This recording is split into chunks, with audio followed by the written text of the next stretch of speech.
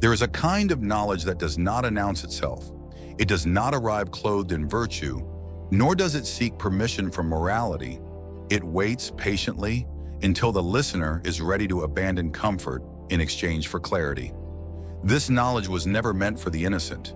It was forged in chambers where doors were closed, where whispers carried more force than armies, where a single glance could elevate a man or erase him from memory. It was shaped not by idealists, but by survivors, by those who understood that the world is not governed by what is said, but by what is understood. Many believe power is loud, that it must declare itself, that authority is proven through dominance and spectacle. They are wrong. True power prefers silence. It advances unseen. It allows others to mistake restraint for weakness, patience for hesitation, mercy for ignorance, until the moment arrives when misunderstanding becomes irreversible. This is not a teaching of cruelty.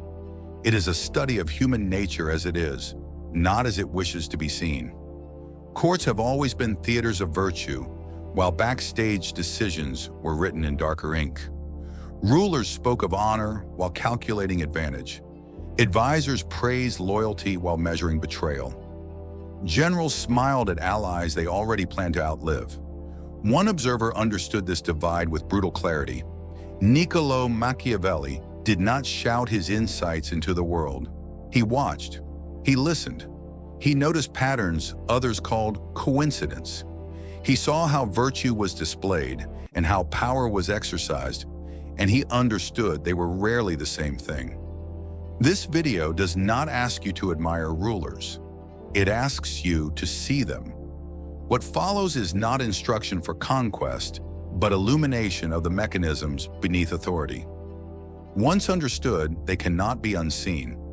They alter how faces are read, how promises are weighed, how silence is interpreted.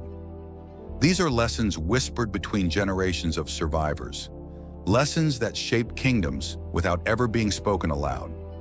If you seek comfort, leave now. If you seek clarity, listen carefully. Because the first lesson is not about ruling others, it is about understanding why those who appear harmless are often the most dangerous. Number 1, the mask of harmlessness. The most dangerous man in the court is the one no one fears. He stands at the edge of gatherings, speaking only when spoken to. His tone is agreeable, his posture modest. He does not interrupt, does not boast, does not demand. When conflict erupts, he appears reluctant. When ambition is discussed, he smiles and deflects. The court does not watch him, and that is precisely why he survives. In every kingdom, attention is a currency more volatile than gold. Those who draw it carelessly pay with vulnerability. The loud are measured, the proud are tested, the ambitious are challenged before they can move. But the harmless man, he is left untouched.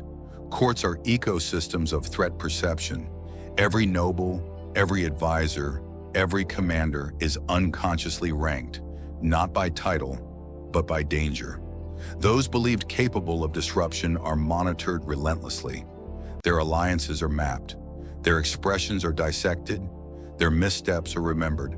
The harmless man escapes his scrutiny. He is categorized as safe, and safety is the greatest camouflage power can wear. The illusion of weakness. Weakness when genuine invites domination. Weakness when performed invites negligence. The difference is everything. The harmless man does not argue his insignificance. He embodies it. He adopts the posture of someone who has accepted his place. He allows others to interrupt him. He laughs at slights. He concedes points he could win. To the court, he becomes predictable. Predictability is comforting. Comfort dulls vigilance. Meanwhile, the harmless man studies. He learns which tempers flare under pressure, which loyalties fracture under reward, which virtues collapse when tested by fear. He observes patterns others are too busy performing to notice. This is how unseen intelligence accumulates. Why open strength invites resistance. Strength declared too early unites enemies. Ambition exposed too soon sharpens knives. A noble who rises quickly becomes a shared problem. Even rivals who despise one another will coordinate to remove a visible threat. The court pretends to value merit, but it fears imbalance. The harmless man never triggers this instinct because no one fears losing to him. He allows others to underestimate his reach, his memory, his patience, and in doing so, he inherits the greatest strategic advantage: time. Time reveals character. Time exposes fractures. Time turns allies into liabilities. Those who rush for dominance exhaust their leverage. Those who wait inherit the ruins. The observer's advantage power is rarely seized. It is usually inherited from those who mishandle it. The harmless man understands this. He does not force outcomes. He positions himself to benefit from them. When two rivals clash, he offers sympathy to both. When one falls, he is remembered as fair. When another rises, he is trusted as neutral. Neutrality in a court is not innocence. It is strategic invisibility. Niccolo Machiavelli recognized that rulers often fell not to their enemies, but to those they never considered rivals. The ones invited close, the ones allowed to linger, the ones whose silence was mistaken for submission. History is filled with figures who ascended not by conquest, but by patience. Their rise appears sudden only because no one was watching. The trap of moral display courts reward the appearance of virtue, not its cost. Many mistake morality for armor. They believe that by displaying honor, they disarm suspicion. In truth, they merely announce their boundaries. Once known, boundaries are exploited. The harmless man avoids this trap. He does not announce principles. He adapts to context. He speaks the language of the room. He mirrors the values of those in power, not to deceive crudely, but to remain unread. Unread men are dangerous because their intentions cannot be predicted, because their loyalties cannot be mapped, and what cannot be mapped cannot be controlled. When the mask drops, the harmless man does not remain harmless forever. He waits for moments of transition, illness, succession, war, scandal. Moments when established powers are distracted, weakened, or divided. Moments when the court seeks stability more than brilliance. Then quietly he steps forward, not as a challenger, but as a solution. He presents himself as reasonable, acceptable, familiar. He does not promise transformation. He promises continuity. The court, exhausted by chaos, accepts him without resistance. Only later does it realize what has happened. By the time fear arrives, it is too late. The cost of underestimation. Every fallen ruler shares a common failure. They misjudged who mattered. They watched their enemies and ignored their observers. They feared open defiance and dismissed quiet proximity. They defended against attack, but not against patience. The harmless man thrives in this blindness because power does not always enter through the gate. Sometimes it waits until it is invited inside. The dangerous gift of trust. But harmlessness is only the first veil. For once a man is no longer feared, he is trusted. And trust, when misplaced, is more lethal than any blade. In the next lesson, we uncover how loyalty is manufactured, how trust becomes a weapon, and why the most devastating betrayals are committed by those who never seem capable of them. Number 2, the alchemy of trust. Trust is never given. It is cultivated, slowly, deliberately, and always for a price. In every court, there comes a moment when vigilance grows tired, when constant suspicion becomes exhausting, when men long to believe that at least one face among many is sincere. That longing is not weakness. It is human nature, and it is precisely where danger enters. The greatest collapses of power have never begun with open hostility. They begin with relief, the relief of believing one has finally found someone safe. Why power craves trust. A ruler surrounded by enemies can survive. A ruler surrounded by allies he trusts blindly cannot. Power is a lonely burden. Decisions weigh heavily, consequences echo loudly, and isolation corrodes judgment. Even the strongest authority seeks confirmation, someone to nod, to reassure, to agree. The court understands this hunger instinctively, and so it produces men who specialize not in strength, but in comfort. They do not challenge, they do not alarm, they do not threaten, they affirm. These men speak carefully. They echo the ruler's fears before the ruler voices them. They anticipate doubts and dissolve them gently. Over time, their presence becomes a kind of medicine, subtle, habitual, indispensable. This is how trust begins, not with grand acts, but with small emotional relief.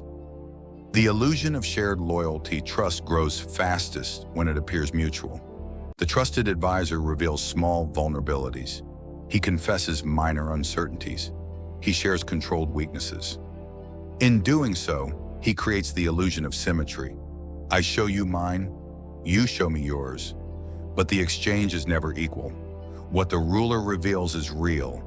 What the advisor reveals is curated. The ruler speaks freely, believing he is understood. The advisor listens carefully, mapping desires, fears, and limits. Over time, he learns not only what the ruler wants, but what the ruler will tolerate. That knowledge is priceless. Niccolo Machiavelli, watching courts rise and rot, understood that loyalty is rarely an emotion. It is a strategy shaped by opportunity. Those who appear most devoted are often those who stand to gain the most from proximity. Why betrayal rarely looks like betrayal? True betrayal does not announce itself. It does not arrive as rebellion or defiance. It arrives as concern. The trusted voice begins to question gently. Is this ally truly loyal? Does this general serve you or himself? Would it not be safer to act now rather than later? Each suggestion is reasonable. Each doubt appears protective. The ruler believes he is being defended. In truth, he is being guided incrementally toward decisions that isolate him from others and deepen dependence on the very voice that whispers. Betrayal succeeds best when it masquerades as loyalty. The slow erosion of alternatives. A ruler with many counselors is powerful. A ruler with one indispensable counselor is trapped. The trusted advisor subtly discredits rivals, not through accusation, but through implication. He praises them faintly. He mentions rumors with reluctance.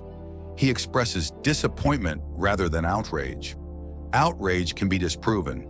Disappointment lingers. Gradually, other voices are silenced, not by force, but by doubt. The ruler begins to hesitate before consulting anyone else. Conversations narrow. Perspectives shrink. What remains feels like trust, but it is dependence. Why trust feels safer than fear? Fear keeps men alert. Trust allows them to rest. Rulers exhausted by conflict crave rest more than dominance. They want someone who reduces complexity, who offers clarity, who absorbs uncertainty. The trusted advisor becomes that refuge. He does not need to seize power. He only needs to shape it. Decisions pass through him. Information is filtered. Timing is adjusted. Outcomes change without appearing to. The ruler still wears the crown, but the weight has shifted, the moment of no return. There is always a moment when trust becomes irreversible. It occurs when the ruler defends the advisor against accusation, when he dismisses evidence because it conflicts with belief, when he chooses comfort over scrutiny. From that moment, truth becomes dangerous. Anyone who challenges the advisor now appears disloyal. Anyone who warns the ruler seems disruptive. The court rearranges itself around the trusted figure, not because he commands it, but because survival demands alignment. Power has moved without changing hands. The cost of emotional blindness. Trust is emotional currency, not rational one. It grows from familiarity, from shared moments, from the illusion of understanding. Once established, it resists logic. Evidence bounces off belief. Contradictions are explained away. This is why the most intelligent rulers still fall. They mistake emotional certainty for strategic security. They forget that trust, once granted, must be monitored more closely than hostility. Because enemies announce themselves. Trusted men do not. When trust fails, fear steps in. But what happens when trust collapses? When belief shatters and the ruler awakens to manipulation, the court does not return to balance. It swings violently in the opposite direction, toward suspicion, cruelty, and control. Number 3, the gravity of fear. Love is invited. Fear arrives unannounced and never leaves quietly. When trust collapses, it does not fade. It fractures. The ruler who awakens to betrayal does not merely lose faith in one man. He loses faith in judgment itself. Every smile becomes suspect. Every agreement feels rehearsed. Every silence conceals a motive. The court senses this shift instantly. Voices soften, movements slow, laughter thins. What was once familiar becomes calculated. The air itself seems to listen. This is the moment when fear enters power, not as chaos, but as gravity. Why fear endures where affection fails. Affection is voluntary. Fear is instinctive. Men choose whom they admire. They react to what they fear. A ruler may be loved for generosity, praised for mercy, celebrated for vision. But love is conditional. It bends with circumstance. It fades when rewards slow, when victories stall, when expectations rise faster than outcomes. Fear, however, does not require maintenance. It requires only memory. One decisive act, firm, unmistakable, can echo longer than a lifetime of kindness. It need not be cruel. It must simply be irreversible. Fear does not ask if you are good. It asks if you are capable. And capability, once demonstrated, reshapes behavior more reliably than gratitude ever could.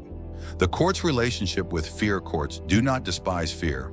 They organize around it. Fear establishes hierarchy without discussion. It clarifies boundaries without explanation. It removes ambiguity where diplomacy fails. When fear is absent, courtiers test limits. They delay obedience. They negotiate loyalty. They interpret commands. When fear is present, interpretation disappears. Orders are understood. This is why rulers who rely solely on affection are constantly negotiating their own authority. Each decision becomes a request. Each command a plea disguised as confidence. The feared ruler does not negotiate. He signals. Fear versus hatred. Many confuse fear with hatred. They are not the same. Hatred motivates rebellion. Fear motivates caution. Hatred unites enemies. Fear isolates them. A ruler despised by all invites conspiracies. A ruler feared by all forces silence. Men may despise him privately, but privately is where such thoughts remain. The wise ruler understands this distinction. He does not seek to be cruel. He seeks to be undeniable. The controlled display of power. Fear must be precise. Indiscriminate severity creates chaos. Random punishment breeds desperation. Desperation creates martyrs, and martyrs inspire defiance. Fear that endures is controlled, targeted, and rare. One man is corrected publicly. Another is removed quietly. A third is forgiven conspicuously. Each act sends a different signal. The court studies these signals obsessively. It learns where the boundaries lie. It adjusts behavior accordingly. Predictable fear stabilizes power. Why mercy must be strategic. Mercy without memory invites repetition. When forgiveness becomes routine, it loses weight. It becomes expected. Expected mercy is not mercy, it is permission. The feared ruler forgives selectively. When he does, it is memorable. It feels earned. It binds the forgiven more tightly than punishment ever could. Because mercy granted under fear creates loyalty, not from affection, but from relief. Relief is powerful. Relief is binding. The observer who understood fear. Niccolo Machiavelli watched rulers rise and collapse under the weight of their own virtues. He saw how kindness, when unguarded, eroded authority, how mercy, when habitual, became weakness, how fear, when wielded with intelligence, preserved order without constant force. He understood that fear is not the enemy of stability. Mismanaged fear is the internal cost of fear. Fear governs others, but it reshapes the ruler as well. A ruler who relies on fear must remain vigilant. He cannot afford inconsistency. He must be aware of perception at all times. A single lapse can invite testing. This is the price of command. Those unwilling to pay it should never seek authority, because power does not tolerate complacency. Why respect outlives love? Love fades when fortunes change. Respect adapts. A ruler respected for decisiveness can survive hardship. A ruler loved for generosity falters when generosity becomes impossible. Respect is anchored in capability. Fear is anchored in consequence. Together, they form a durable foundation. Love alone never does. When fear silences too much, but fear carries a danger of its own. Silence, when prolonged, becomes blindness. When men stop speaking, truth disappears. And a ruler who cannot hear truth becomes vulnerable, not to rebellion, but to illusion. Number 4, the tyranny of silence. Silence is never empty. It is filled with intention. In every court, there comes a point when words begin to vanish. Not suddenly, not dramatically, but gradually. Questions shorten. Advice softens. Reports become agreeable. What once arrived with urgency now arrives, polished, safe, and incomplete. The ruler may believe this is peace. It is not. It is the sound of fear doing its quiet work. Why silence feels like control? To command silence is intoxicating. When voices fall quiet at a ruler's entrance, when disagreement evaporates with a glance, when hesitation replaces debate, it feels like order, like respect, like authority refined to its purest form. But silence does not mean alignment, it means calculation. Men who speak freely reveal intentions. Men who fall silent conceal them. A silent court is not loyal, it is watchful. Every word withheld is a decision postponed. Every truth unspoken is a danger delayed. The ruler who mistakes silence for obedience trades noise for blindness. The difference between restraint and suppression. Wise silence is chosen. Dangerous silence is enforced. Restraint comes from judgment, knowing when speech harms more than it helps. Suppression comes from fear, knowing speech will be punished. Courts thrive on selective speech. They rot under universal quiet. When all voices soften, intelligence collapses. Warnings arrive too late. Disloyalty festers undetected. Errors multiply because no one dares name them. Silence does not eliminate problems. It hides them until they become unmanageable. How silence becomes a weapon. Silence is not merely the absence of words, it is a tool. Advisors learn to withhold information until it benefits them. Courtiers delay truths until consequences shift. Generals adjust reports to preserve favor rather than accuracy. Each silence is strategic. The court becomes a place where meaning is inferred, not stated, where gestures outweigh declarations, where survival depends on reading what is not said. This environment favors the most perceptive and punishes the honest. The ruler's paradox. A ruler needs silence to command. A ruler needs speech to govern. Balancing the two is the hardest discipline of power. Too much speech and authority dissolves into argument.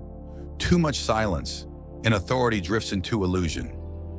The ruler who demands reverence over truth will receive reverence and lose reality. The observer of quiet collapse. Niccolo Machiavelli witnessed courts where rulers believed themselves omnipotent because no one contradicted them. He saw how silence created false certainty, how rulers mistook absence of dissent for success, and how collapse arrived not with rebellion, but with surprise. The most dangerous moment for a ruler is not when enemies speak loudly, but when allies stop speaking at all. Inviting speech without weakness. The wise ruler creates controlled spaces for truth. He does not invite challenge publicly. He does not reward defiance openly. He listens privately, selectively, and critically.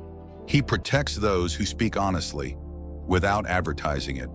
This balance allows truth to survive without eroding authority. Fear may enforce order, but only speech preserves accuracy. When silence becomes a trap, once silence dominates a court, reversing it is difficult. Men who have learned to survive by withholding truth will not suddenly offer it freely. Trust, once broken by punishment, does not return by decree. The ruler must then govern through fragments, rumors, and shadows. Power remains, but clarity fades, and power without clarity is fragile. The dangers of misreading time. But silence is only one dimension of restraint. There is another, more subtle discipline that determines whether power endures or collapses.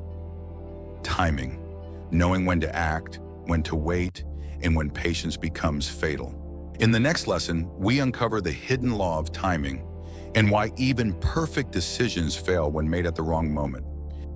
Number 5, the law of timing. Power is rarely destroyed by ignorance.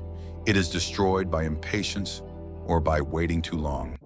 Every ruler eventually learns that strength alone is insufficient. Wisdom alone is insufficient. Even fear and loyalty, carefully balanced, cannot protect authority if action is mistimed. Timing is the invisible law beneath all others. It governs when silence becomes wisdom or cowardice, when mercy becomes strategy or weakness, when force becomes order or provocation. Most failures of power are not failures of intent. They are failures of moment. Why timing is the rarest intelligence. Men understand courage. They understand cunning. They understand ambition. Few understand when. Timing cannot be taught openly because it has no fixed rules. It is sensed rather than learned, absorbed rather than memorized. It demands awareness of forces moving beneath the surface, fear ripening, loyalty decaying, patience thinning. The ruler who acts too early appears reckless. The ruler who acts too late appears weak. Both invite collapse, the illusion of readiness. Courts are filled with voices urging action. Now is the moment. Delay will cost us. Opportunity does not wait. These voices are rarely malicious. They are impatient. They mistake urgency for necessity. True moments announce themselves not with noise, but with alignment. When rivals isolate themselves, when allies hesitate, when resistance fragments without being provoked, the wise ruler waits for alignment. Because action taken before alignment creates opposition. Action taken after alignment creates inevitability. The cost of premature action. To act before conditions mature is to reveal intent. Revealed intent invites resistance. Resistance invites unity. Unity creates enemies stronger than the original threat. Many rulers have fallen because they struck while their enemies were still fragmented, only to unite them through fear. Patience would have allowed decay to finish its work. The danger of excessive patience. Yet patience has its own decay. Delay can be misread as hesitation. Hesitation emboldens those who test boundaries. Over time, patience without visible capability erodes respect. The court begins to speculate. Speculation becomes confidence. Confidence becomes challenge. There is a moment when waiting ceases to be wisdom and becomes permission. That moment is fatal. Reading the unspoken signals. Timing reveals itself through behavior, not words. When men begin speaking more boldly, authority is slipping. When rivals argue among themselves, power is consolidating. When silence deepens unevenly, fear is shifting. The ruler must watch what changes, not what is said. Patterns matter more than promises. The role of small actions. Great timing is rarely announced by great actions. It is tested through small ones. A minor decision enforced firmly, a small mercy granted publicly, a quiet removal executed cleanly. Each reveals reaction. Each measures resistance. From these reactions, the ruler learns whether the moment has arrived. The thinker who understood the clock. Niccolo Machiavelli observed that fortune favors neither the bold nor the cautious, but the adaptable. Those who adjusted their tempo to circumstances survived where others failed. He understood that power moves like a tide. To step forward too early is to drown. To wait too long is to be left behind. The ruler must move with the tide, never against it. Timing and perception. An action's effect is determined less by what is done than by when it is done. The same decision made earlier appears cruel. Made later, it appears necessary. Perception follows timing. The wise ruler allows circumstances to justify his actions before he takes them. He lets others reach the conclusion he intends, so that when he acts, resistance feels unreasonable. Why the court always misjudges timing? Courts are poor judges of time because they live in immediacy. They feel pressure, they fear uncertainty, they crave resolution. The ruler must resist this emotional gravity. He must see months where others see days, consequences where others see relief. This distance separates rulers from courtiers. The moment of commitment. Once the moment arrives, hesitation is deadly. Timing demands decisiveness. A delayed strike after alignment collapses appears weak. Momentum evaporates quickly. When action is due, it must be complete. Half measures invite retaliation. Unfinished decisions invite correction. The moment either belongs to you or it passes. Why timing cannot be repaired. Mistakes of timing cannot be undone. Strength can be rebuilt. Reputation can be reshaped. Alliances can be reformed. But a missed moment never returns. History remembers rulers not by what they knew, but by when they acted. The burden of waiting. Waiting is not passive. It requires constant vigilance, constant adjustment, constant restraint. Those unable to endure waiting seek distraction. They make unnecessary moves to feel in control. These moves reveal insecurity, and insecurity accelerates a decline. The ruler who waits well appears calm. The ruler who waits poorly appears absent. The difference is awareness. Timing is the final test of power. Timing reveals whether a ruler truly understands his domain. It exposes who reacts and who directs, who follows pressure and who shapes it. All previous lessons, harmlessness, trust, fear, silence, exist to prepare the ruler for this final discipline.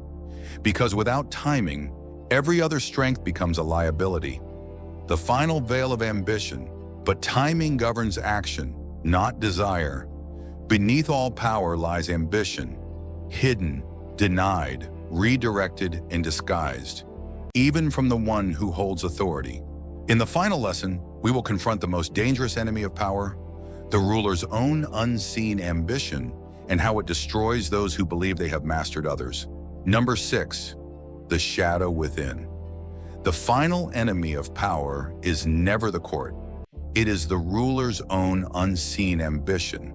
Every ruler believes he knows himself.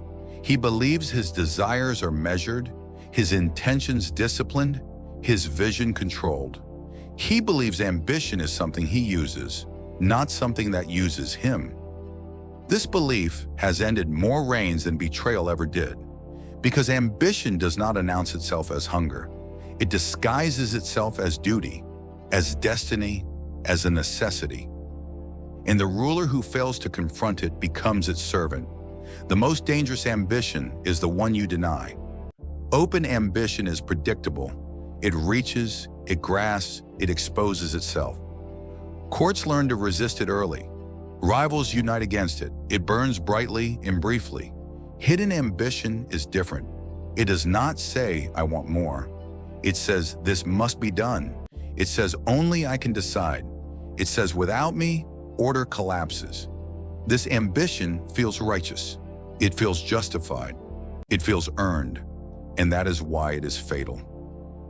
How power quietly rewrites. Desire power changes the meaning of enough. What once satisfied begins to feel insufficient. What once felt heavy becomes light. What once required caution begins to feel deserved. The ruler does not notice this shift because it happens gradually. First, authority feels like responsibility. Then responsibility feels like ownership. Then ownership feels like entitlement. By the time entitlement is complete, the ruler no longer distinguishes between what benefits the realm and what preserves himself. He calls both stability, the court's silent role in feeding ambition. Courts reward certainty. They praise decisiveness. They applaud confidence.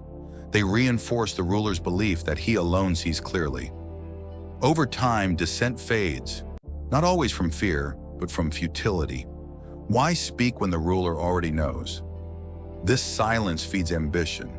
It convinces the ruler that his instincts are flawless, that hesitation is weakness, that doubt is decay. He begins to trust his will more than reality. This is the beginning of isolation. When vision becomes obsession, every ruler begins with vision. Vision unites, it inspires, it gives direction.